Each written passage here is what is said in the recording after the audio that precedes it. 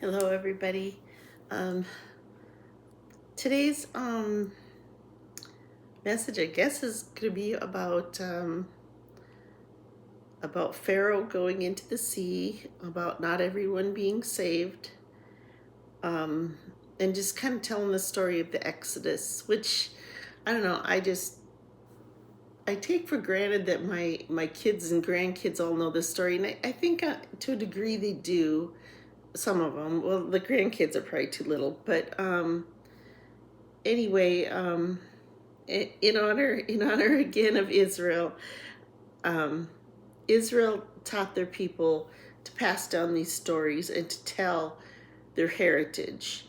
And although I'm not an Israelite, I'm not Jewish, but but I love the Jewish people, and the Lord used the Jews to bring us our salvation. And so I feel like in honor of them and in honor of just the Lord, I think it's the right thing to do. I want to tell these stories. So we're going to go through the Exodus story today, or at least kind of skim over it. Um, so that's what we're doing. And I got some new tabs for my Bible, so that's kind of cool. So I can find my places easier, because that's always kind of a hard thing. So the children of Israel had been in Egypt for quite a long time, and they were slaves. And the Pharaoh at that time, well, they went into Egypt when Joseph, because of the famine, but they ended up staying there and multiplying, and Egypt turned them into slaves, and he kept working them harder and harder and harder. And the Lord rose up Moses to deliver his people. But as far as Pharaoh kept hardening his heart. His heart kept getting hardened. So in Exodus 7:14, it says, "Then Adonai said to Moses, Pharaoh's heart is stubborn. He refuses to let the people go."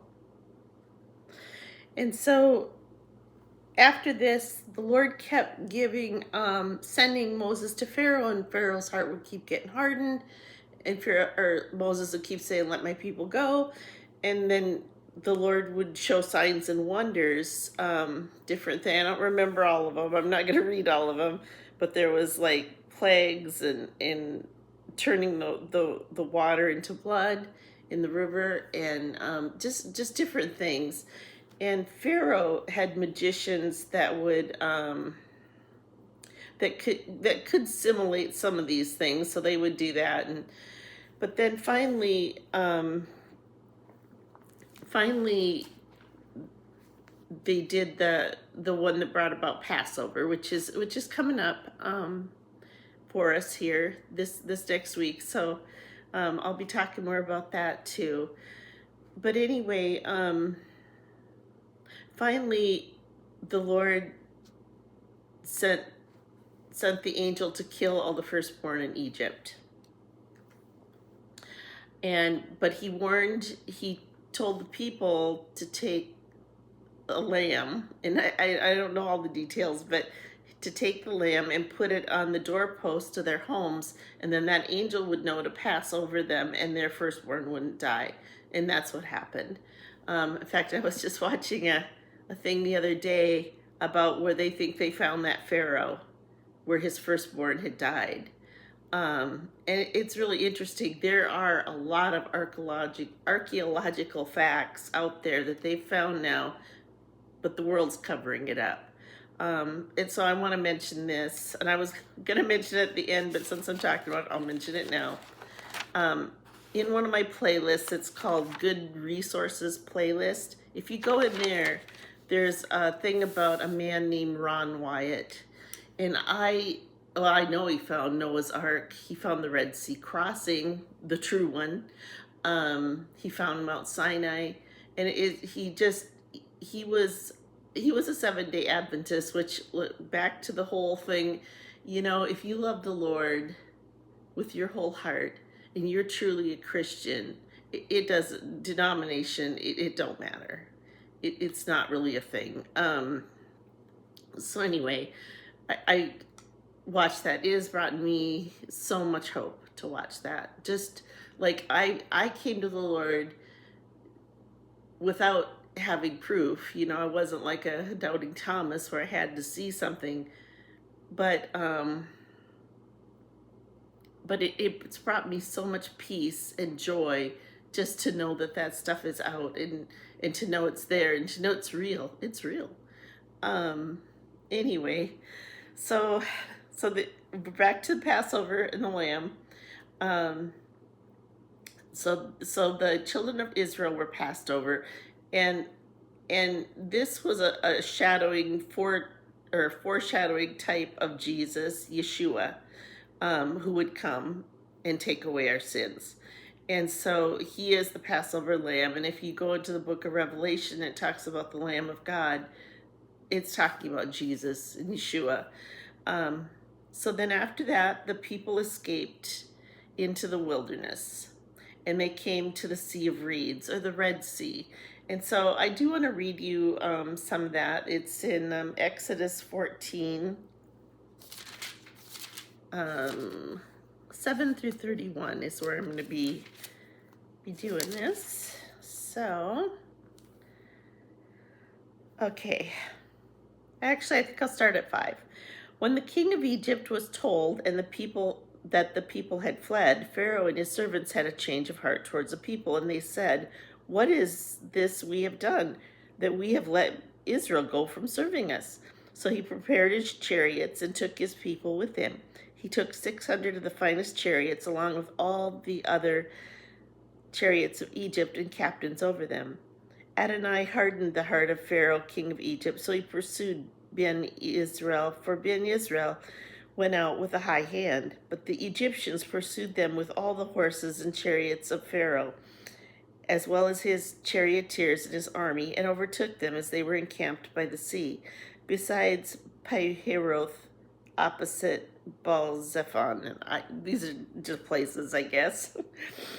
When Pharaoh drew near, Ben Israel lifted up their eyes, and behold, the Egyptians were marching after them. So they were terrified, and Ben Israel cried out to Adonai. They said to Moses, "Have you taken us away to die in the wilderness because there is no graves in Egypt? Why have you dealt with us to bring us out of Egypt? Did we not say to you in Egypt, 'Let us alone so that we may serve the Egyptians'? It was better for us to serve the Egyptians than die in the wilderness." I'm going to stop here and insert a thought.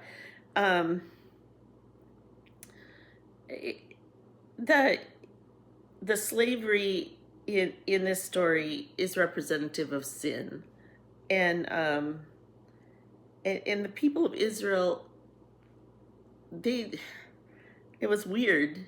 I mean, they were slaves. It was horrible. It was wrecking their lives, and bad things were happening to them. But they still wanted to serve this sin, and they're like, it is better for us to serve the Egyptians than to die in the wilderness.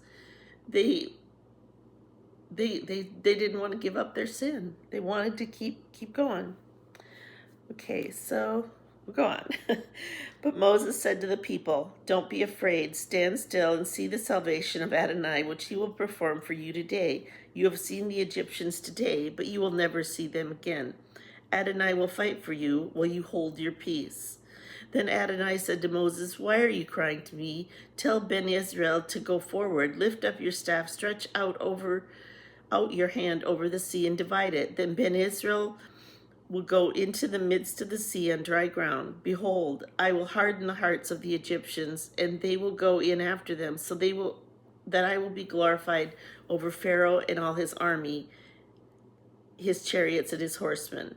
Then the Egyptians will know that I am Adonai, when I have been glorified over Pharaoh, his chariots, and his horsemen." Then the angel of the Lord, who went before the camp of Israel, moved and went behind them. Also the pillar of cloud moved from the front and stood behind them, so and so came between the camp of Egypt and the camp of Israel.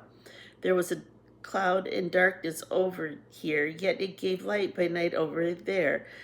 Neither one came over the other all night long. Then Moses stretched out his hand over the sea, and Adonai drove the sea back in a strong wind, with a strong east wind throughout the night, and turned the sea into dry land. So the waters were divided. Then Ben Israel went over the midst of the sea on the dry ground, while the waters were like walls to them on their right and on their left. But the Egyptians pursued and went in after them in the midst of the sea, all Pharaoh's horses, his chariots, and his horsemen. Now it came during the morning watch that Adonai looked at the army of the Egyptians through the pillar of fire and cloud, and caused the army of the Egyptians to panic. He took off their chariot wheels and caused them to drive heavily, so that the Egyptians said, "Get away from the presence of Israel, for Adonai fights for them against the Egyptians." Then Adonai said to Moses, "Stretch out your right hand over the sea, so that the waters come back upon the Egyptians over their chariots and their horsemen." So Moses stretched out his hands over the waters, and the sea turned into strength at the break of dawn. The Egyptians were fleeing from it, but Adonai overthrew them in the midst of the sea. The waters returned and covered the chariots and the horsemen and the entire army of Pharaoh that went after them in the sea. Not one of them remained. But Ben Israel had walked on dry land in the midst of the sea, and the waters were like walls to them on their right hand and on their left. So Adonai saved Israel, and that day out of the hand of the Egyptians, and Israel saw the Egyptians dead at the seashore. When Israel saw the great work that Adonai did over the Egyptians, the people feared Adonai, and they believed in Adonai and his servant Moses. So yeah, the Lord can deliver. He can deliver. And he did. He delivered them, and he's delivered me more than once in my life, and that's kind of why I'm doing this whole channel, is to kind of tell those stories, and to so the Egyptians were killed, and I want to read in verse 18 of this. So let me find it again.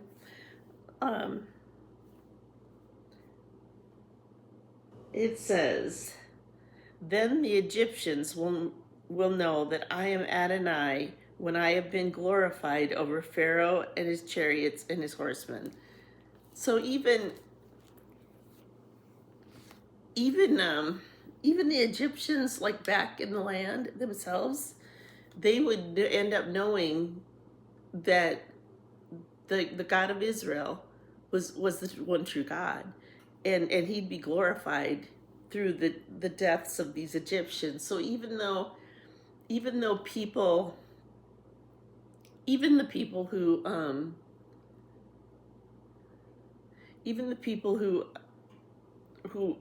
don't make it, who aren't saved, the Lord's going to be glorified even through them. I don't understand exactly how all that works, but the Lord will be. So here in the end, I'm saying, don't harden your heart against the Lord like the Egyptians. Don't do that. All who harden their hearts will be killed. They're going to be killed in the end. Judgment day is coming, and there will be judgment.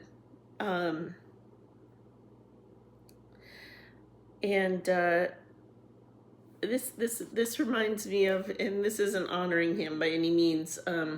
I only have one person in my life that I know for sure went to hell. I know he did. He did. He hated God. He hated the Lord. He hardened his heart so bad that he ended up dying on a park bench in Compton, California, which I guess is a horrible place to die. Or to even be. It's just a horrible place. I've never been there. I don't know. But anyways, so that's my my thing for today. And I just, if you don't know the Lord, please cry out to him. Cry out to him with your whole heart, and start seeking after him, and you will find him. He will deliver you, and you'll find him. Anyway, I love you all. Bye.